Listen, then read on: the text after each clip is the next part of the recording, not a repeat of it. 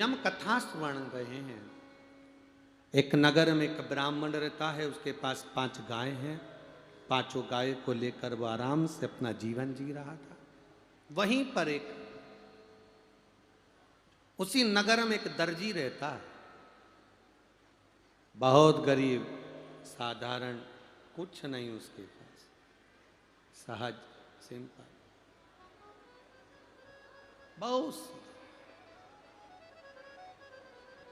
वो दर्जी जिसके पास में धन नहीं, वैभव नहीं, कपड़े सीता, जो धन मिलता उससे अपना गुजारा करता। यमराज कर रहे हैं, सुनो नचिकेता।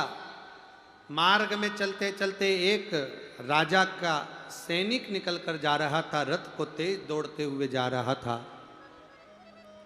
रथ ले जाते ले जाते ले जाते ले जाते बीच मार्ग में गाय माता को चोट लग गई, गाय नीचे गिर गई। नचिकेता, जब गाय नीचे गिरी, गौ माता के गिरने पर नजदीक में बहुत से लोग देख रहे थे, कोई नहीं आया। तब एक दर्जी आया। वो दर्जी जिसके पास में थोड़े से कपड़े थे सिले हुए, बेचने जा रहा था, आया। दौड़ कर आकर उसने उस गौ माता के शरीर पर अपने बचे हुए कपड़ों को बांध दिया। धीरे धीरे गौ माता को लेकर अपने घर गया, जिसका एक पांव टूट गया था। यमराज कह रहे नचिकेता, उसने गौ माता की सेवा करी, गौ माता ठीक हो गई।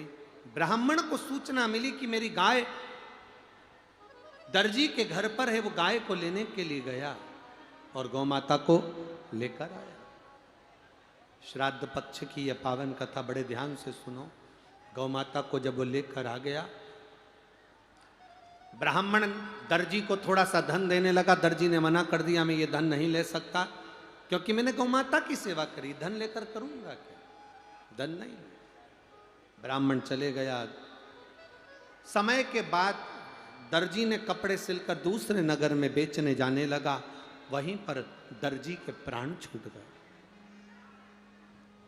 घर में धर्म पत्नी और बेटे को मालूम पड़ा कि पति मर गया, पिता चले गए। दोनों रोने लगे, रुदन आ गया। समय निकलता गया, दोनों रो रहे, समय निकल। एक दिन पत्नी मन में विचार कर थोड़े से कपड़े लेकर बेचने के लिए गई। नदी के तट पर बैठी थी, आंख से आंसू बह रहे थे। जिस गौ माता की उसने सेवा करी थी, वो गाय उसके पास में खड़ी हो गई और गौ माता खड़ी होकर देख रही है। पत्नी को याद आया कि मेरे पति भी एक गाय को लेकर आए थे, मुझे लगता है वही गाय है। मेरा पति चले गया, हे गौ माता, अब मैं करूं तो करूं क्या? गाय में से एक देवी प्रकट हुई। देवी प्रकट होकर उसी समय पर उस दर्जी की पत्नी से कहने लगी, तुम क्यों रोती हो? तुमने मेरी सेवा करी थी, मेरा पांव टूट गया था, सेवा करी थी, उसका फल तुमने कुछ नहीं लिया। आज मैं तुम्हें देना चाहती हूं, मांगो, तुम्हें क्या चाहिए मांगो। इतने में उस दर्जी की पत्नी ने कहा, अगर कुछ देना चाहते हो तो मेरा सौभाग्य, मेरा पति, मेरा सुहाग मुझे वापस दे दो, बस इससे ज्यादा मुझे कुछ नहीं चाहिए। मेरा पति मुझे दे दो। गौ माता ने अपने उदर से यम का स्मरण कर कर पति को दिया।